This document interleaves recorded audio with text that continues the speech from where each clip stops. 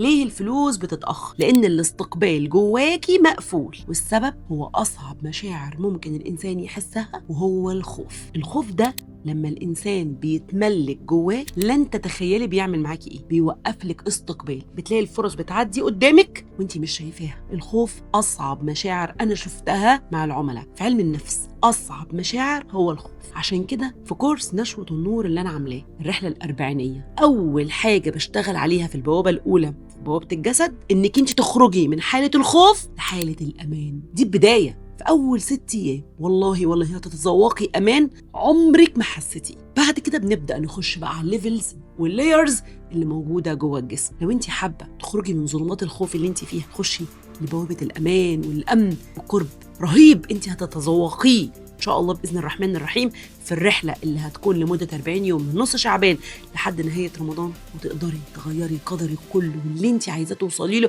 قدرة الله. تعالي معانا واكتبي في التعليقات كلمة نشوة النور الرحلة الأربعينية، ويتواصل معاكي حد من الفريق يشرح لك الخطة كاملة.